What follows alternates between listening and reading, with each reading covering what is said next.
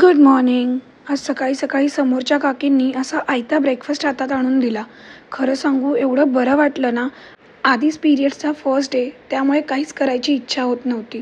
काकींनी दिलेल्या आयत्या ब्रेकफास्टवर आम्ही दोघींनी छान ताव मारला आणि त्यानंतर थोड्या वेळाने प्राव्याला मी आंघोळ घालून घेतली. आंघोळ करताना मॅडमला टबमधून बाहेर यायचंच नव्हतं. तिला जबरदस्ती आणलं आणि मिरर समोर उभं केलं, कारण तिचं लक्ष थोडं डायव्हर्ट होईल. दुपारी मी लंच करत असताना माझ्या ताटातली चपाती उचलून प्राव्या लांब पळाली. अशी तर ती चपाती हाताने उचलून खात नाही, पण आज माहिती नाही काय झालं होतं, तिला स्वतःच्याच हाताने तोडून चपाती खायची होती. माझा मूड थोडा ठीक व्हावा म्हणून भूषणने छान डोनट्स पाठवले होते.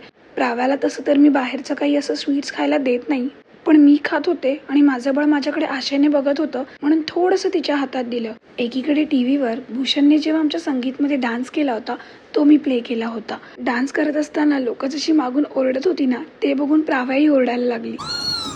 कसं केलं बाबू, असं केलं. संध्याकाळी भूषण ऑफिसमधून आल्यावर प्राव्याला तिचा एलिफंट उचलता येत नव्हता, तरीही ती जबरदस्ती त्याला भूषणपर्यंत घेऊन आली, कारण तिला त्याच्यावर बसायचं होतं. स्वतःहून तिला बसता येत नाही म्हणून भूषणने तिला त्यावर बसवलं आणि त्यावर बसून ती डॅडाशी छान गप्पा मारत होती. भूषण प्राव्याला घेऊन थोड्या वेळ खाली गेला. मी पटपट घर आवरून घेतलं. ते घरी आल्यावर प्राव्याला मी डिनर भरवलं आणि त्यानंतर तिचा नाईट ड्रेस घालून तिला झोपवायला घेतलं. आय होप तुमचा हे दिवस छान गेला असेल. पुन्हा भेटूच उद्याच्या व्लॉग.